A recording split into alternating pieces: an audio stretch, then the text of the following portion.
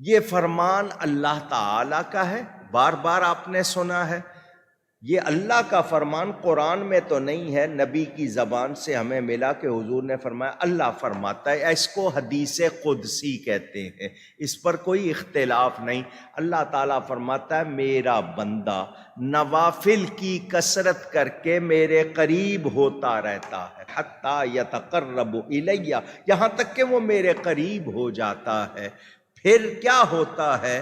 میں اس کو اپنا پیارا بنا لیتا ہوں۔ فَكُنْتُ سَمْعَهُ الَّذِي يَسْمَعُ بِهِ، پھر اللہ فرماتا ہے اس کے کان میں بن جاتا ہوں جس سے سنتا ہے، پھر اس کی آنکھ میں بن جاتا ہوں جس سے دیکھتا ہے، پھر اس کی زبان میں بن جاتا ہوں جس سے کلام کرتا ہے، اس کے ہاتھ میں بن جاتا ہوں جس سے پکڑتا ہے، اس کے پاؤں میں بن جاتا ہوں جن سے چلتا ہے۔ کیا مطلب؟ بندہ خدا نہیں بن جاتا، خدا بندے میں داخل نہیں ہو جاتا، بندہ بندہ ہی رہتا ہے، مگر ہوتا کیا ہے؟ آنکھ بندے کی قوت خدا کی، کان بندے کے قوت خدا کی، ہاتھ بندے کا قوت خدا کی، زبان بندے کی قوت خدا کی، پاؤں بندے کے قوت خدا کی۔ پھر وہ بندہ دور و قریب دیکھتا، سنتا، تصرف کرتا ہے، بیٹھا ہو بغداد میں، دریا میں ڈوبتے جہاز کو پار لگا دیتا ہے۔ صحیح بخاری میں حدیث ہے جی، میں کان بن جاتا ہوں، میں ہاتھ بن جاتا ہوں، میں پاؤں بن جاتا ہوں۔ پوری تصوف اس کے اوپر کھڑی ہوئی ہے، اور وہ اس لیے کہ یہ بھی آدھی حدیث پیش کرتے ہیں، پوری تو ان کی موت ہے۔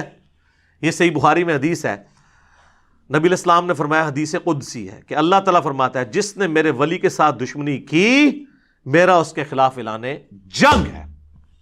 اب ولی سے آپ کو انڈیا پاکستان کے ولی نہیں، یہ ولی اللہ کی بات ہو رہی ہے، جو اللہ کی عبادت کرتے تھے، جو اپنی عبادت کرواتے ہیں نا، وہ اللہ کے ولی نہیں ہیں، ان سے اعلان جنگ ہے میرا۔ صحابہ، اہل بیت، ان کے پیٹرن پہ چلنے والے وہ امام جنہوں نے ان کی تعلیمات ہم تک پہنچائی، اعلان جنگ ہے۔ اور میرا بندہ میرا قرب کسی چیز سے حاصل نہیں کر سکتا جو فرائض میں پابندی سے حاصل کرتا ہے۔ پہلی چیز فرض ہے، پھر نوافل کے ذریعے میرا اتنا قرب حاصل کرتا ہے کہ میں اس کے کان بن جاتا ہوں جس سے وہ سنتا ہے، میں اس کے ہاتھ بن جاتا ہوں جس سے وہ پکڑتا ہے، میں اس کی آنکھیں بن جاتا ہوں جس سے وہ دیکھتا ہے، میں اس کے پاؤں بن جاتا ہوں جس سے وہ چلتا ہے۔ بس اتنا کر کے وہ کہتے ہیں جس کے ہاتھ اللہ کے ہاتھ بن جائے پھر ایتھوں اوتھے نہیں پہنچن گے، اے ابو کو رزلٹ کر لیندے نے۔ اور یہ عربی کے محاورے میں بات ہو رہی ہے، یعنی اس کا اوڑھنا بچھونا میں بن جاتا ہوں، یعنی میں اسے اسپیشل پروٹیکشن دے دیتا ہوں۔ ایک بار جب وہ کوشش کرتا ہے پھر اس کے ہاتھ، پاؤں، کان، آنکھیں میری اطاعت میں ہی اٹھتی ہیں۔ وہ کہتے ہیں جی یہ تو وہ پہلے ہی کر رہا تھا تبھی اس کو انعام ملا، پھر انعام کیا ہوا؟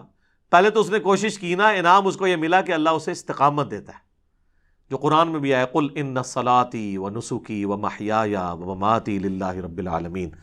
اے نبی تم فرماؤ بے شک میری نماز، میری قربانی، میرا جینا، میرا مرنا سب اللہ کے لیے۔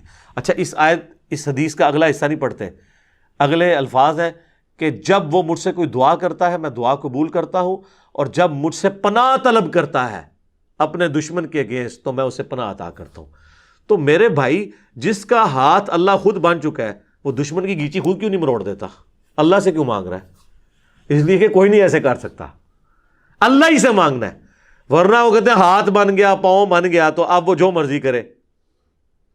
تو یہ بات ہو رہی ہے محاورتاً، اور آگے الفاظ حدیث کے اس کی حفاظت کر رہے ہیں، لہٰذا یہاں سے دھوکہ دینا بند کریں۔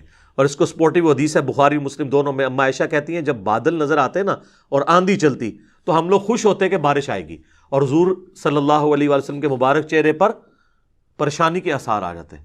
تو میں کہتی اللہ کے نبی لوگ تو خوش ہو رہے ہیں بارش آئے گی اور آپ پریشان ہو رہے ہیں، تو آپ فرمایا کرتے اے عائشہ مجھے کیا پتا کہ ان بادلوں سے آگ برسے گی یا بارش کا پانی؟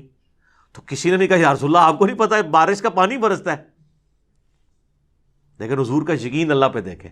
پھر آپ نے سورہ الاحقاف کی وہ آیت تلاوت کی کہ قوم عاد پہ عذاب اسی طریقے سے آیا تھا کہ سخت گرمی کے بعد ایک بادل نمودار ہوا اور وہ ساری قوم اس کے نیچے آ گئی، اور کہا کہ ابھی بارش برسے گی، اس میں سے آگ نکلی، سب ہلاک ہوئے۔ حضور نے سورہ احقاف کی آیت پڑھ کے کہا کہ مجھے بتاؤ عائشہ مجھے کیا پتا کہ اس بادل میں سے عذاب آنے والا ہے یا اللہ کی رحمت. اور پھر حضور علیہ السلام یہ دعا کیا کرتے ہیں، اے اللہ اسے ہمارے لیے رحمت بنا دے جو بادل آئے ہیں. اگر حضور علیہ السلام اپنے بارے میں کہہ رہے ہیں کہ مجھے نہیں پتا کہ اس میں سے کیا ہونا ہے، تو آپ بابوں کے بارے میں کیا کہہ سکتے ہیں؟ وہ اشارہ کر کے یہ کر دیں گے تو وہ کر دیں گے. حضور علیہ السلام کا ذرا یقین دیکھیں کہ فیصلے اللہ نے کرنا ہے. تو میرا خیال ہے یہ کافی ہے. ہاتھ بن جاتا ہوں، پاؤں بن جاتا ہوں، اس کی اگر پریکٹیکل مثال ہوتی تو نبی علیہ السلام کی مبارک ذات ہوتی. البتہ اس میں جہاں معجزات ہیں وہ ہم مانتے ہیں.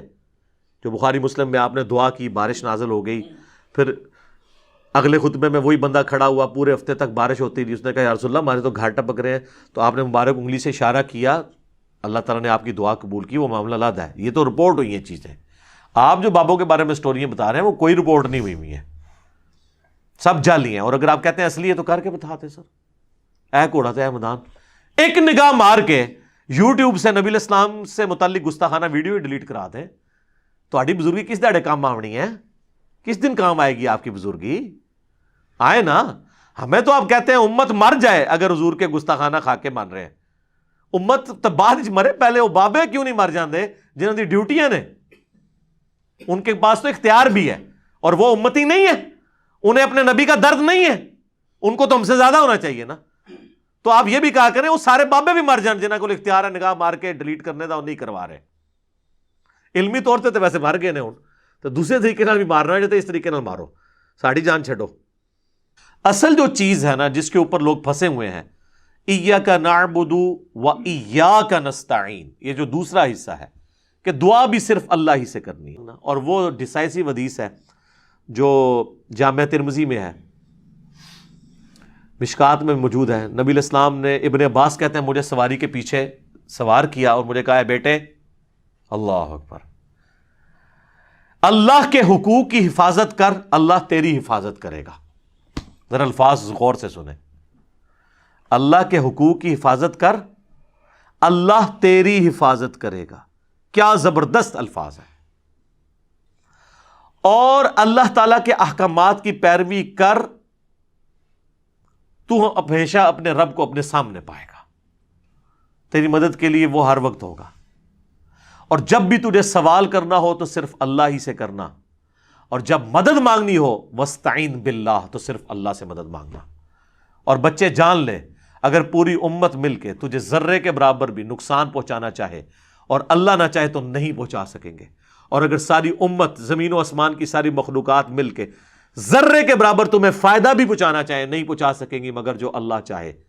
اور پھر حضور نے اس کو مزید مور لگائی. آپ نے فرمایا کہ تقدیر کے صحیفے خشک ہو چکے ہیں اور قلم اٹھا لیے گئے ہیں، یعنی جو اللہ نے فیصلہ کیا ہے نا وہی ہونا ہے. یہ حدیث کتنی ڈیسائسو ہے. نبی علیہ السلام اپنے اصحاب کی تربیت کرتے تھے کہ مانگنا ہے تو اللہ سے مانگنا ہے. اللہ تعالیٰ سے دعا، جو حق بات میں نے کہی اللہ تعالیٰ ہمارے دلوں میں راسخ فرمائے. اگر جذبات میں میرے منہ سے کوئی غلط بات نکل گئی تو اللہ تعالیٰ ہمارے دلوں ہی سے معاف کر دے. ہمیں شرک کی لعنت سے بچائے، توحید کے اوپر قائم رکھے اور اس کا صفائی بننے کی توفیق عطا فرمائے. امام الموحدین صلی اللہ علیہ وآلہ وسلم کی قیامت والے دن ہمیں شفاعت نصیب فرمائے. سبحانک اللہم وبحمدک، اشہد ان لا الہ الا انت، استغفرک واتوب الیک، وما علینا الا البلاغ المبین. جزاکم اللہ خیرا.